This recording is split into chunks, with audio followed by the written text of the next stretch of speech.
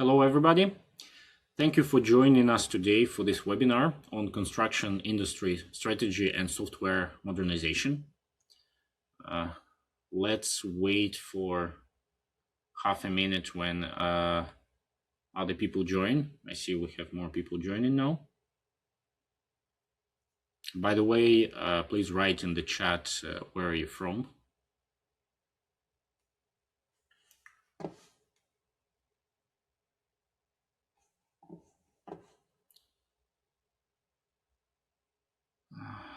Okay, I think we're good. So let's start. My name is Igor Omelianchuk, and I represent Corsec Technologies, a software modernization company that works closely with organizations dealing with complex operations, legacy systems, and digital transformation challenges. Today, our guest is Alec Pestov. He's a business founder, founder of vGis and developer of VSight, a pioneer in AR, MR implementation in construction and GIS domains. Today's session is focused on how technology is actually built for construction, what modernization means in this industry, and what it takes to make software usable on real job sites, not just theory. By the way, a note, we had to have Andrei Lichuk with us, but unfortunately he was not able to make it. He has some personal things to solve. So today is just two of us, so we'll do our best. And before we get to the main part of the webinar, please click on the link below if you would like to get a consultation, or please write in the chat the questions that you will have to our guest or to me. We will try to answer those questions at the end of the webinar during the Q&A session. Let's get to the main part. What we will go through today. We will see why this topic matters, what we mean by software modernization, why practitioner experience is specifically important in construction industry software modernization. We will ask a few questions. We will ask Alec a few questions, apparently, and that will be the main part of our webinar today. And then we'll basically get to the conclusions, key takeaways, and what it means to construction leaders. So let's get to the first part. Why this topic matters now. Construction is one of the most advanced physical industries, but digitally it often operates with tools that weren't designed for how work actually happens. Teams deal with disconnected systems, manual handoffs, and software that doesn't reflect field reality. Preference is always on the processes and procedures which are already known and which have worked for a long time. And experimentation is a challenge, which makes modernization not only a technical, but also an organizational and cultural problem. You need to fight system inertia, and you need to fight it as much as any other technical problems that you face in the process. At the same time, projects are becoming more and more complex, margins get tighter, and the cost of errors is higher. This makes software strategy and modernization not optional, but absolutely necessary. What we mean by software modernization, specifically in construction. Software modernization is not just about rewriting old code or moving existing systems to the cloud. While those steps can be part of the process, they rarely solve the core problem construction teams face on a daily basis. Real modernization starts with rethinking workflows, which means understanding how information actually moves between the field, the office, engineers, and decision makers. It means designing software around how crews really work on site, and often under time pressures and in changing environments and with incomplete information. And also software modernization in construction requires connecting data across various systems that traditionally live in silos. GIS data, BIM data, reality capture, drawings, schedules, and field observations all represent different views of the same project. Modern software brings this together into a shared contextual understanding so users can see not just data, but what it means for their specific task at the moment. So data integration is a crucial point here. Uh, True modernization is ultimately about usability, trust, and integration. Systems must be easy enough for the crews to rely on, accurate enough for the teams to trust them, and integrated so that the data flows seamlessly instead of being manually re entered or reinterpreted. When those elements come together, software stops being a burden and starts becoming a real operational advantage. Now let's get to practitioner experience and why it matters. Uh, Construction software succeeds or fails based on adoption, not features. No matter how advanced the technology is, it only creates value if the people on site actually use it as part of their daily work. You can build systems with sophisticated analytics, 3D models, and automation, but if the crews don't trust the data, they will just keep using the standard processes and procedures, and even the best solution will be, even the best technical solution will be ignored. That's why learning from people who are actively building and deploying software in construction environment is so important. These practitioners understand the gap between how work is imagined in design meetings and how it actually unfolds on the job sites. And this experience helps shape software that fits into real workflows. And this basically takes us to our guest. But before that, before we get to the interview, I would like to remind, please pay attention to the link below if you'd like to book a consultation, and write your questions in the chat. Again, we will answer a few of the viewers' questions at the end of the webinar. So, today we're joined by Alec Pestov, CEO and founder of vSight and vGis. His work focuses on construction technology, geospatial data, augmented reality. He's one of the pioneers of implementing augmented reality in construction industry, and in making special information actionable on the job site. Hello, Alec. How are you doing? Hello, Igor. I'm doing fine, and you? Thanks, I'm good. Alec, can you please say a few words about yourself and about vGIS and vSight? First of all, thank you for having me today. I'm Alec. I'm the founder and CEO of vGIS, and we are constantly evolving company. We started as the pioneering augmented reality solution for infrastructure that did not pan out the way we wanted, so we had to evolve into something for more construction space. And learning from the construction companies that we acquired in our portfolio, we constantly evolved the system into what it is right now. At the moment, we rebranded the system from vGIS. vGIS remains the company. To system used to be vGIS, now it's vSight. So it's vSight by vGIS, and this vSight is designed to address very specific niche problem, which is infrastructure construction for subsurface utilities, and in the future for any civil and linear construction in general. So our goal is to not bring technology to construction, but actually remove technology from construction by condensing the technology stack, introducing new tools that act as a trusted advisor, such as AI and AR. So instead of overwhelming the end user with new technology, new systems, new screens, our goal is to reduce exposure to technology and let technology work on the back end. That's our secret sauce. This is what we're working on, and this is what the vSight is all about.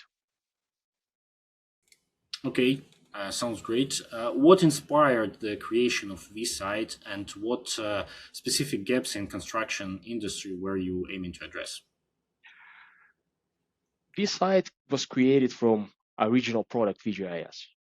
vGIS we designed specifically for the utilities industry, for primarily owners and operators such as water utilities, fiber companies, gas companies. As evolution of that, we arrived to the concept of VSight.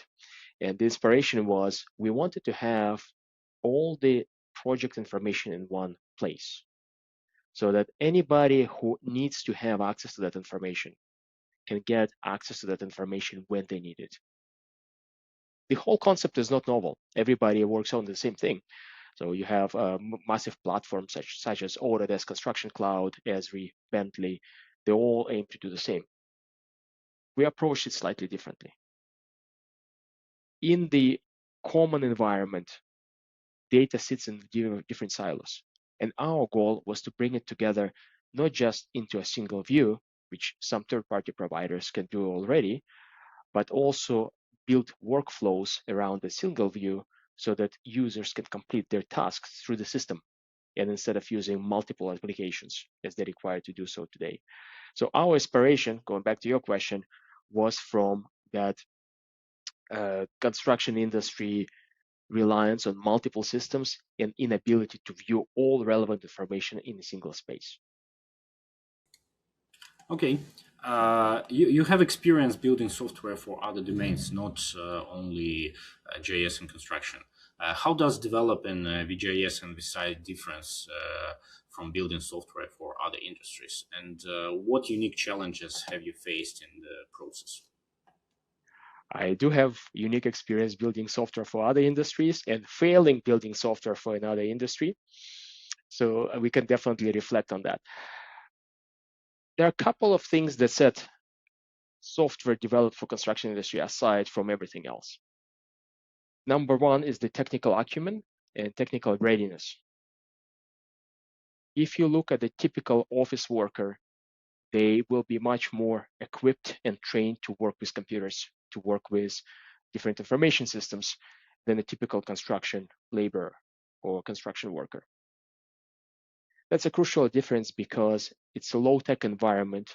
It's a high-tech, low-tech environment where users rely on really high-tech tools that are simplified and reduced to the level somebody can operate them without having a PhD.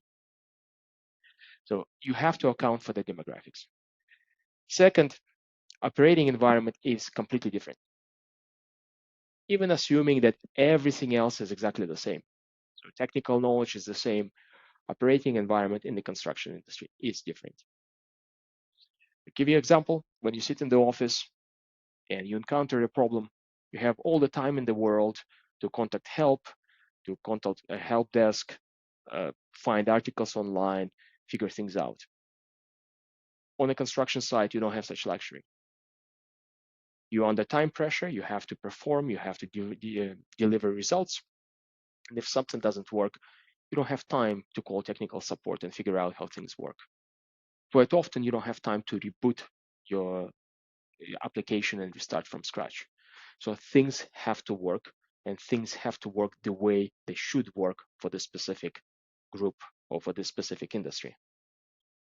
Additional considerations for working with construction is for operating environment is things like sun glare, for example, or gloves. When in the office, it's very easy. Click on the mouse, type on a keyboard, very easy. In the field, users often wear gloves. You have to account for that. In the office, you have ideal lighting environment where you can clearly see everything on your phone, on your tablet, on your monitor. In the field, you have sun glare, you have snow, you have rain, you have a lot of environmental factors that impact your ability to interact with the device. And therefore, whatever you design has to be optimized for that environment where sun glare may disrupt viewing ability, and all the equipment that you wear on you can interfere with normal operations. So demographics and the operating environment are the two main differences between the construction space and everything else. Okay, yeah, you mentioned that construction is like a late adopter in technologies, basically, and that people often are not so good with new software. How do you design the site to be user friendly for crews in the field in this situation? So, how do you make it actually? How do you make them actually use it? Well, first of all, I wouldn't say it's a fairly gray area. So it's very, although technically construction is the least technologically advanced industry out there, to call them low tech would be really unfair to the industry itself. You find a lot of really high tech stuff on construction sites, from the way water pipes, for example, are lined and repurposed to extend their life by 50 to 100 years. It's just amazing. So you wouldn't know this thing sitting at home, but you can take an existing water pipe, and instead of replacing it, you can just pull the liner through, then put resin in, and it will create a new, effectively new water pipe that can last another 100 years. So I cannot call that low tech. It's really highly advanced technologies. Horizontal drilling is amazing. You can drill kilometers and kilometers at a time and arrive to the precise pinpoint where you want to be. So all of that requires amazingly precise and refined technology. So calling them low tech will be really, really, really unfair.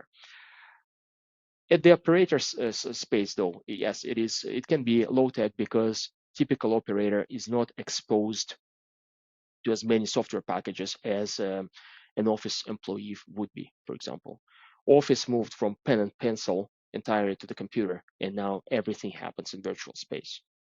On the construction side, due to the nature of the work, quite a bit of work is still done through traditional means, with your hands, with equipment, but not with software.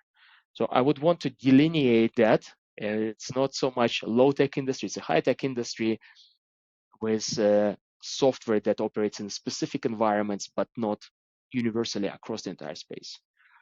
Now, how we design our software for that industry is you have to understand the problem first. It took us a while as a startup to understand the problem that we want to solve, and working with the users and understanding their working environment, sitting in the trench with them, working side by side, performing utility locates with them. That's how we work on designing the system. So understanding of the operating environment, understanding how users interact, which buttons they click, which sequence they use, is crucial for designing that software. And your iteration cycles are slightly different from what you would expect in the office, because office worker, you can observe easily. Construction, you have to catch them at specific points in their workflow to understand how that workflow how impacts your software design. And that's what we're trying to do.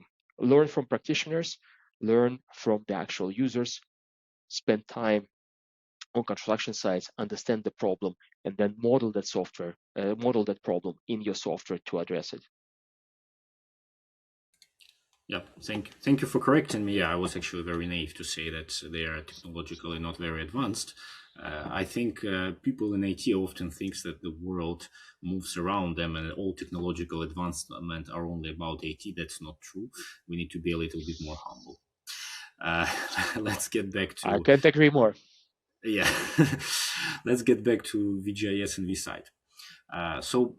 What role does spatial data like GIS, BIM data, and 3D scans play in VIS platform, and how do you make it meaningful for end users? Great question. We right now see transition from paper-based construction to fully digital construction. There is a concept called digital delivery, and we have a series of webinars on that topic as well. Digital delivery is global, and you can see that different countries progress from paper-based to digital at different paces. We find that, for instance, Netherlands is way ahead of the curve. They don't use paper on construction sites at all, while North America is mainly paper-based. Although you can see that in some niches, it's becoming more and more digital. In the digital space, spatial data plays a major role. Paper, spatial data, of course, at the design stage and then operating stage is important. But for the construction, if you are paper-based sheets and plans and drawings, spatial data doesn't help you as much because you still have to carry a piece of paper in your hands. But as you move forward to the digital delivery, which can be done, by the way, in steps, you don't have to be paper, no paper. It can be a transitional stage where you have a hybrid environment. This is where your spatial data begins to enrich your understanding of your environment and help you complete workflows faster. I'll give you a few examples. Example number one, access to GIS data. Pretty much every city, every utility owner has an extensive GIS database to document their assets. That data is available to some participants, but rarely available to the groups in the field. Countries like Netherlands, they changed the dynamic. Netherlands, for example, placed all the data online, which anybody can go and purchase publicly available data for the area. And they had to work through the legal issues around that and liability issues, so who's responsible for damages and so forth, but they made it available. What it led to is that everybody started incorporating using municipal data in the workflows. That led to a significant reduction in damages because everybody knows where assets are, increases awareness of the crews, reduces damages. In North America, that data is available for municipal workers or for municipalities themselves or utilities, not so often for the crews.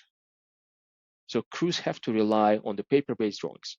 Once you start exposing that data, you see the same dynamics that happen in Netherlands happening here. You have easy access to data, you understand what's around you, you dig safer. So that's the first step. Second step, you mentioned, so this is GIS data. BIM data, digital delivery implies that all documents are delivered in digital format. BIM is one of them. So you receive your entire model not as a cross-section and the plan view on a piece of paper, you receive it in digital format. The iterations, once you find conflicts, once you make decisions to change something on site, are much shorter because now everybody works off the same model. With proper version controls, everybody builds off the same model, and there's no passing around different copies of marked up paper, and that simplifies and reduces the iteration cycles. Also simplifies and reduces confusion on site. Last component, 3D scanning. 3D scanning changes how construction is done in the field. It changes how it's done, not just in the field, but also vertical construction is entirely scanned with 3D scanners and so forth. But for utilities, this is the space where we operate. You can see the transition right now because you can document everything that goes underground, that's discovered underground in 3D. It takes seconds to document, and then it becomes permanent record in your project database. You can always reference it for your own awareness.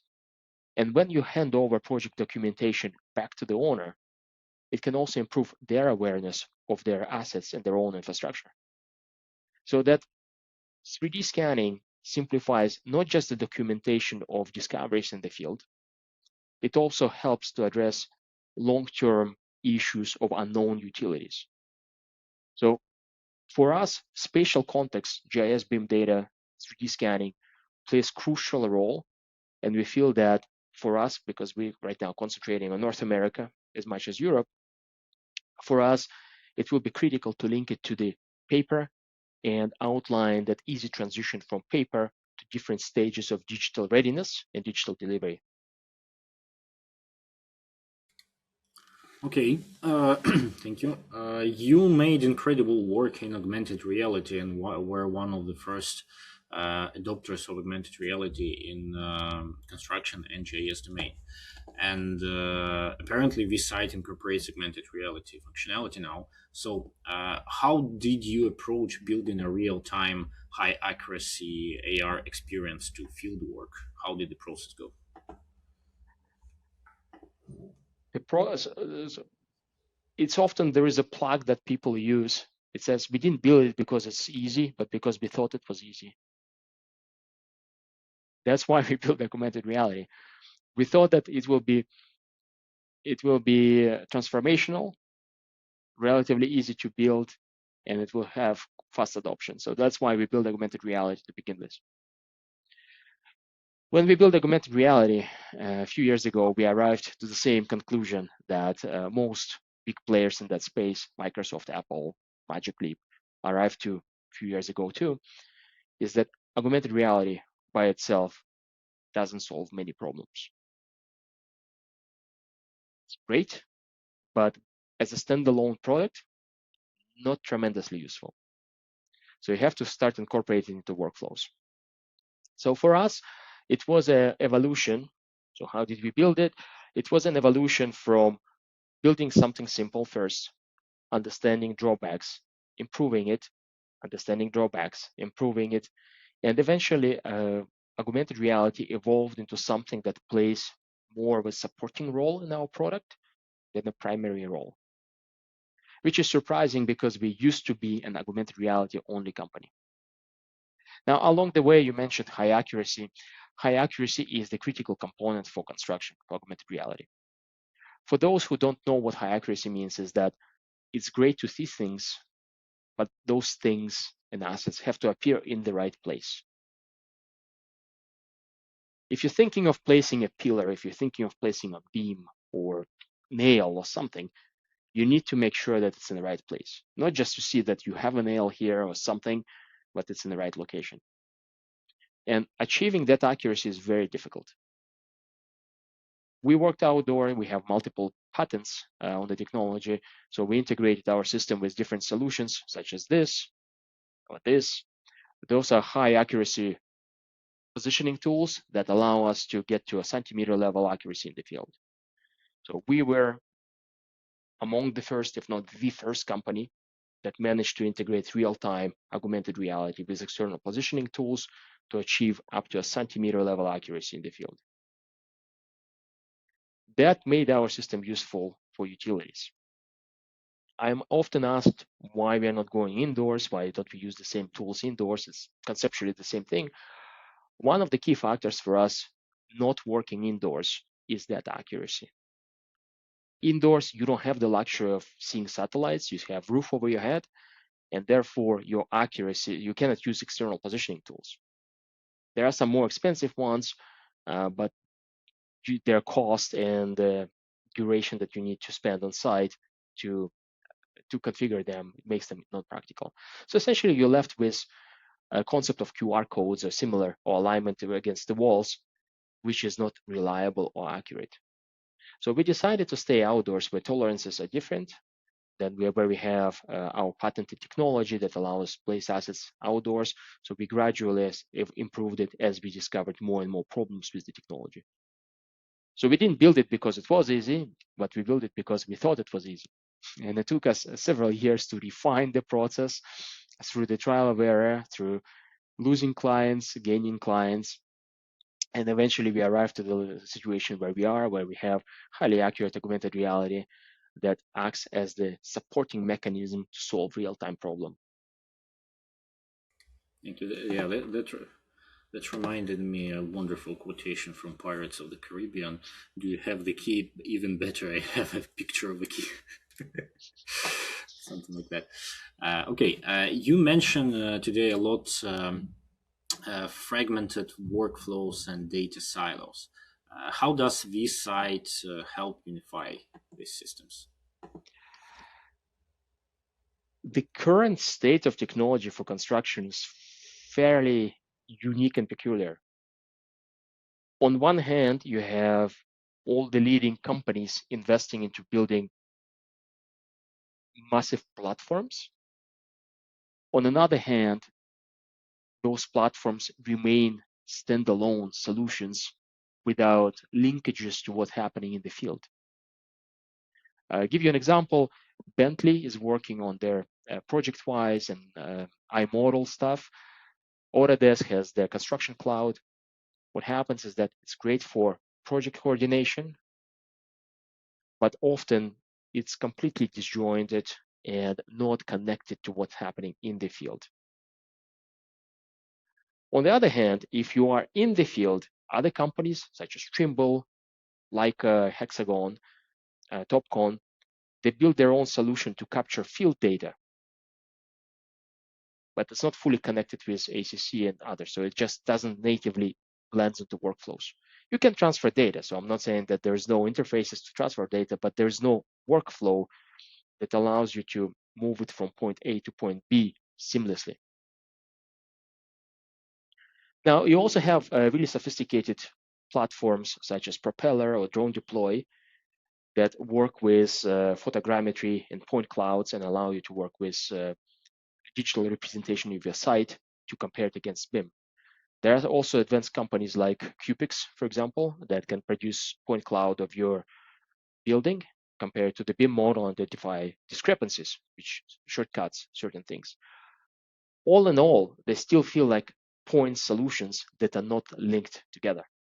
They address the specific problem, but if you look at the entire end-to-end workflow, they address specific problem right here, disjointed from everything else. And then it's up to you as the company to build those interfaces. Those interfaces are possible. The problem is only the well-funded companies can have IT staff, talent, and funding to build those interfaces. And that's exactly what we see with larger companies. Global companies invest into building their ACC solutions linked to Esri ArcGIS, sometimes united with Bentley through some Trimble workflows. They have entire IT department that works on those integrations, and then they scale it up through the organization. That requires you to have an IT department, and not too many companies can afford it. Even if you make $1 billion from construction contracts, it may not be enough for you to have staffing for all of those integrations. So what you see is that on the mid and lower end of the spectrum, all the workflows remain really fragmented. So well-funded guys, of course, they build platforms. Esri, Bentley, Autodesk have amazing tools. Propeller offers amazing tools. And if you have means and funding to put it all together into a workflow, excellent. You solve a lot of problems. But if you're a mid-sized to smaller company, then you're pretty much priced out of the market because you cannot have talent, you cannot have funding to build those interfaces yourself. So our goal and our mission at VSight, at vGIS for VSight, is to build a system that can address this lower to mid end of the spectrum for the companies that need those tools but cannot afford designing those tools, and bigger players don't address their needs. And what we want to build is we want to build one, and we are building now, by the way, we're building one integrated solution that can talk to our different players and address the needs of that market specifically. So we are not building a massive platform that can be used in different types of construction. We're focusing on one side of the market, which is utilities, civil, and we're targeting mid to small companies that typically overlooked by other software vendors. So fragmentation works to our advantage at the moment. Okay. Since the interoperability and integrations are so important, how does vSight specifically handle those connections with tools like Autodesk, ESRI, Bentley, so on and so forth? Well, we designed our own interfaces. So building interface is one of the keys. But it's also important to understand the workflow. Because when Esri builds something, they have 400,000 users or more by now. So they have, let's say, 500,000 organizations that they're working with. They have a broad spectrum of different needs. And when they design something, it needs to be designed to accommodate the largest slice of the market possible. Designing something that flexible, so flexibility and the scope of the solution usually comes at the expense of configurability and ease of use. You make something big and massive and being able to satisfy different needs, You make it more complex to use, configure, and get started with. So think of SAP in the ERP world. SAP requires tens of millions of dollars to install and implement and configure. So it's not something that you can just turn key and start using. Of course, they will argue that they have a lower end solutions, but let's play with the high end. So SAP requires you to invest substantial amount of money and time to configure it to your own needs, and then it works. On the other hand, there is something like QuickBooks. QuickBooks doesn't have the power of SAP, but it offers you turnkey solution that you can start using right away. So what we're doing is that we understand that Esri, Bentley, Autodesk, and their platforms, they will be the backend that everybody will come to use at some point. But it doesn't seem like those platforms out of the box will be able to address the niche, the needs of the niche that we're targeting. So our goal is to design something that works perfectly for that specific niche with interfaces built to each of those platforms. So what we want to be is we want to be a central hub that can unite multiple things and into one space. It can unite Esri, Bentley, Autodesk, field tool sensors so that it all gets channeled through one central hub and go into the system of your choice. So we actually welcome those systems being developed. We are a partner of Bentley, we are a partner of Autodesk, we are a partner of Esri, and we continuously designing and improving our interfaces with those tools. But we see them as an option for larger companies, something that will eventually consume the market. But for the next few years, they're too big and too generic for the needs of the industry that we are working for. Okay, I see. Looking at your development roadmap, what emerging technologies are you most excited about and looking to bring into VSight? The buzzword of the day, AI. AI is, we want to make AI is of the centerpiece of our platform. So right now we are evaluating several possibilities where AI brings practical benefits. Don't want to just deploy generative AI. Our goal is not to produce videos or images in the field. Our goal is not to produce ChatGPT-like responses. That's not what we're doing. But AI can have really deep and broad practical implications for the construction industry. For example, in Europe, quite a few infrastructure projects require you to develop trenches of a specific profile that have to be that wide, that deep. They cannot be wider than, they cannot be narrower than. They have to account for things like you find a rock or a concrete slab in the trench. Sometimes contractors will cut corners and go over it instead of through it. So in Europe, the requirements are very stringent around trench profile. And to make sure that contractors satisfy those requirements, they have to provide photo evidence of that.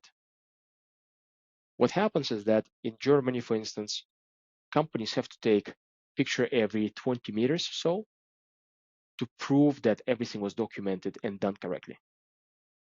Now you can imagine that for measuring width, they have to go with the ruler, they have physical measuring tape, put it in the trench, take a picture, walk another 20 meters, take another picture, walk another 20 meters, take another picture.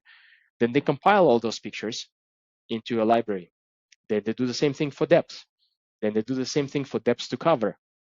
And they require to collect millions, over the course of the project, millions is, I was thinking that maybe I'm exaggerating. Millions is actually not a large number. They sometimes produce tens of millions of images a year. Somebody has to process those images. Somebody has to be in the office, look at the images, make sure that contractor doesn't reuse images from another site. It happens if somebody forgot to take pictures before they backfill the trench. They may just say, let's just use something from the previous project and see if it flies. What we're doing is we're providing AI that solves the problem of multiple stakeholders at once.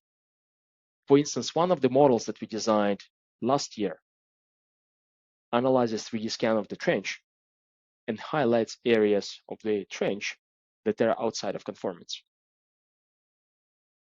So the person in the field, the contractor, gets instant response about properties of the trench, and they can answer only a couple of questions around issues, take additional pictures, and close the case, and that's it. That helps them eliminate opening up the trench over and over and over again. And sometimes they open it up to 3 times to collect the evidence that the company that pays for that trench requires them to collect. In this case, a single scan, properly georeferenced, properly analyzed by AI, within a minute or so gives you the answer, so that it saves you a lot of money and time on opening trench again to collect that evidence. At the same time, the same scan reduces the need for somebody in the office to review images, match them to the project, and make sure that they meet the requirements before invoice is paid. So that's one of the examples where we apply smart AI to address a practical issue. What we are designing, though, for VSight is that we want to be AI-centric. So we have several components that we're designing on AI side that will simplify and streamline the entire construction project and preemptively identify risks and issues. So that's our goal. So you asked me about what's on our roadmap, what's the big thing. AI is the big thing. So we want to make AI cornerstone of every construction project to simplify work in the field, not to make more work.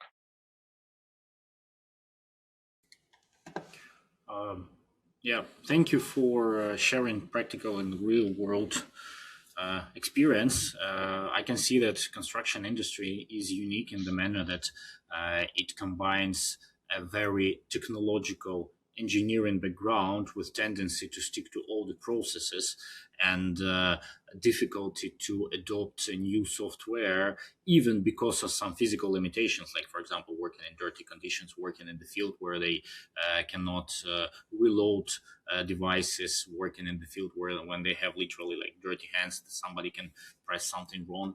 At the same time, we can see that often teams they do not need more information, they may just need clear information in the right time to make decisions fast and not just get more information to make decisions more confusing.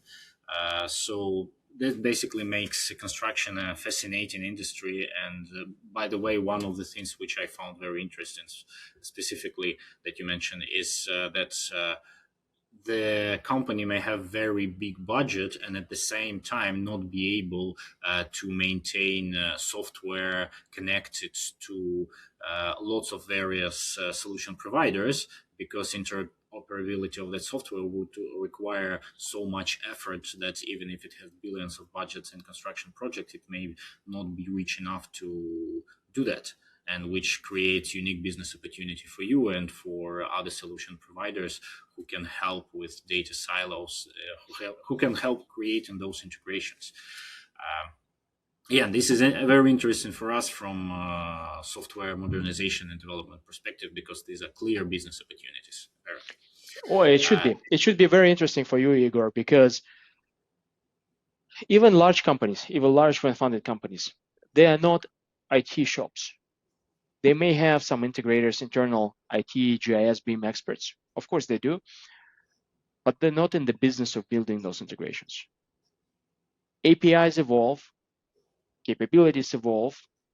Retaining that knowledge requires proper IT structure and infrastructure. So it definitely opens up opportunities for companies such as yours, because relying on somebody who understands the space, relying on somebody who understands best practices for documentation, for maintaining APIs, for talking to different solutions, updating, validating, auditing things, and then rebuilding them when it's need to be. It's absolutely, because a lot of companies, even best funded companies, do not have internal capabilities to do that. Yeah, that's true, and that's why we're making this webinar, right?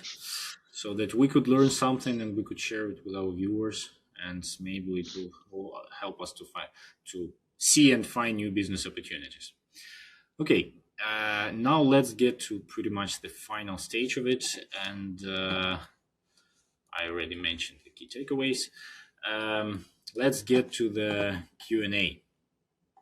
So we have a few questions from our viewers, and a few of them will be to you, Alec.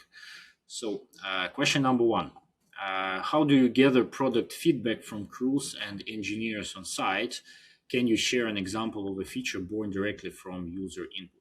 Yeah, that's, by the way, what I also want to know. How much time to get this feedback, how much time do you spend in the field, and how important is it to be there with people in the field to create a conception of a feature, for example, which will be useful? Absolutely critical. So unless your team is the construction crew, then the only way for you to gather feedback is to work alongside of the person that is going to use your system. Now, how we gather that feedback,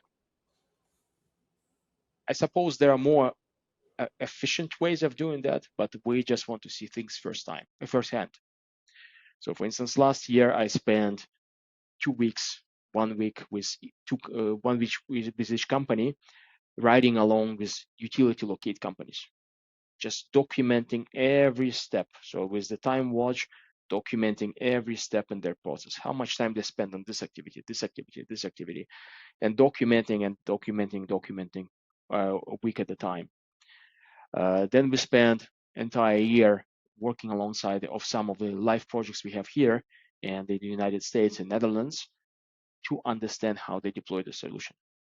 So standing shoulder to shoulder with your client is absolutely critical. Unless you are the client and you have somebody from the construction industry on your team and you know everything inside out. So some examples of how features were born from that. Stakeout feature. Stakeout is the process of laying out the plan on site so that you can build it. And stakeout, a feature was born from us observing our customers because they use our system for collecting data, for visualizing data. But when it came to stakeouts, they had to switch to something else so they can lay out the site. We thought, you have that data in vSight, why not? Why not use it for stakeouts? We built a prototype and now it's fully productionalized and people utilize it across the globe. So that's an example of the feature that was born only after we observed our users utilizing our system and then identifying the gaps and the additional functionality that we can add to the system. Okay, thank you. Here's another good question. What advice would you give to other software teams looking to break into or build for the construction industry? So that's like helping your competitors, literally. Well, best advice is that if you're not sure about what you're doing, don't. We entered the industry by mistake, and if we knew how difficult it was, we would have made a lot of different decisions along the way. So the advice, jokes aside, I wouldn't discourage people from going into the space. It's a very exciting space. There are lots of opportunities for different companies to build software. The key, though, is to have real problem that you're trying to solve. Our initial AR idea, the premise was incorrect because we developed technology before having a problem to solve. We were hoping to solve some problems with the technology that we developed. It's a wrong approach. You have to start with the problem and then determine what solution will alleviate the problem or simplify the process. So you have to have deep expertise from the industry as part of your team. You have to understand the problem that other software doesn't solve and everybody struggles with. And then you have to build a solution that addresses that problem.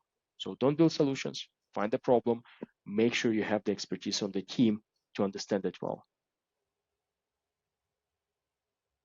That's, by the way, the point that I'm usually making on every single webinar. It's like, first you go with the problem, not with the technology. Many people think that technology, if there is a technology, it definitely needs to solve something. That's not the case. I'm guilty of that. That's how we built vGis initially. Yeah. Yeah, lots of people are guilty of that. Okay, and the last question: what common mistakes do construction companies make when investing in custom software or modernization? And I will take this question. I also need to be valuable here. The common mistake is focusing too much on features, and that, again, that's not only related to construction companies. That's pretty much related to most of the industries. Focusing on features and not enough on workflows or problems, and also adoption of those, also adoption of the technology. Another is trying to replace everything at once, instead of integrating it gradually. Companies often underestimate change management. What I've seen a lot, and many people who build software, I see that a lot, that you build a cool solution and you think that it will be easily adopted and that people will be happy to use it. But system inertia and tendency for people to follow previous processes which they're used to is as big of a problem as whatever business problem you are trying to solve with your solution. So if you don't think about the adoption, and if you don't think about gradual implementation and helping users to get into the solution and understand how it works and understand how it's valuable for them, then even the best solution can fail on the stage when the actual users will not actually bother to do it, to use it, and that's it. So again, go with the workflow, go problem first, and see how users will adopt it in the field. And Can I add something? Sure, of course. I will add a third point, and have a long-term plan. A lot of companies make that mistake thinking that you implement something once and it's going to work for the rest of your life. It might have been an approach in 1980s or 1990s where you had a CD with your software and you just build something once and you just copy that CD and carry it from one computer to another and you don't have to rebuild it.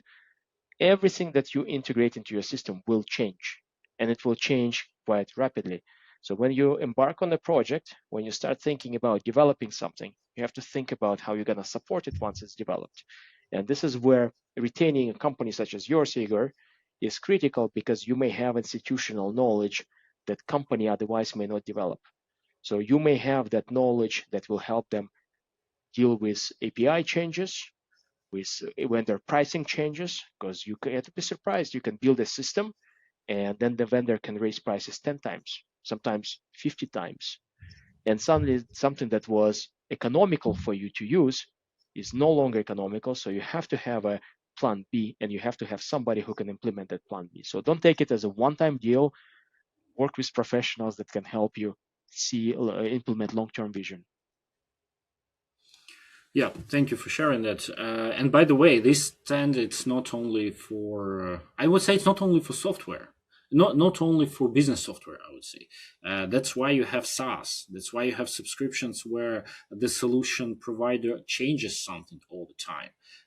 Because they may have a long-term plan, and they may work with their users to see how to improve this software, and they're making incremental changes every month, every several weeks. They're deploying something new. We can see it in movies, by the way. We can see it in TV shows where you have a movie release and then you have additional episodes, or you have some kind of director's cut where you have an improved version because now they received feedback and their viewers want to see what's more in there. You can see it in computer games, for example, when you have a computer game release, and right now everyone kind of understands that the first version is crappy, but later, eventually, like in half a year, maybe in a year, the game will actually live up to the expectations. And this is a general trend. So for people, for businesses who provide solution in construction industry, and like, again, any industry where the software is a business tool,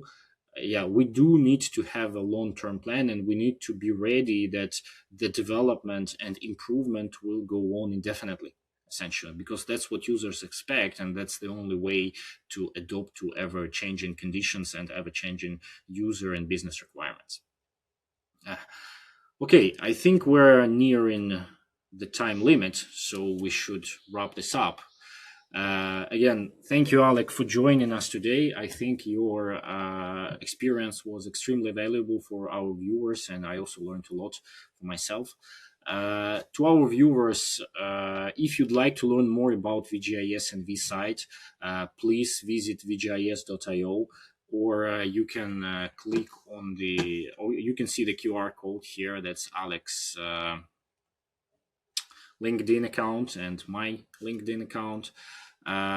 For people who are willing to speak about software modernization or about construction platforms, integration, spatial and field data, if you would like to build a consultation, to book a consultation, please click on the link below or go to our website, corsactech.com, and we'll be happy to talk to you. And again, thank you again, and hope to see you at our future sessions. Thanks, everybody. Thank you, Alec, again. My pleasure. Thank you for having me. Bye bye.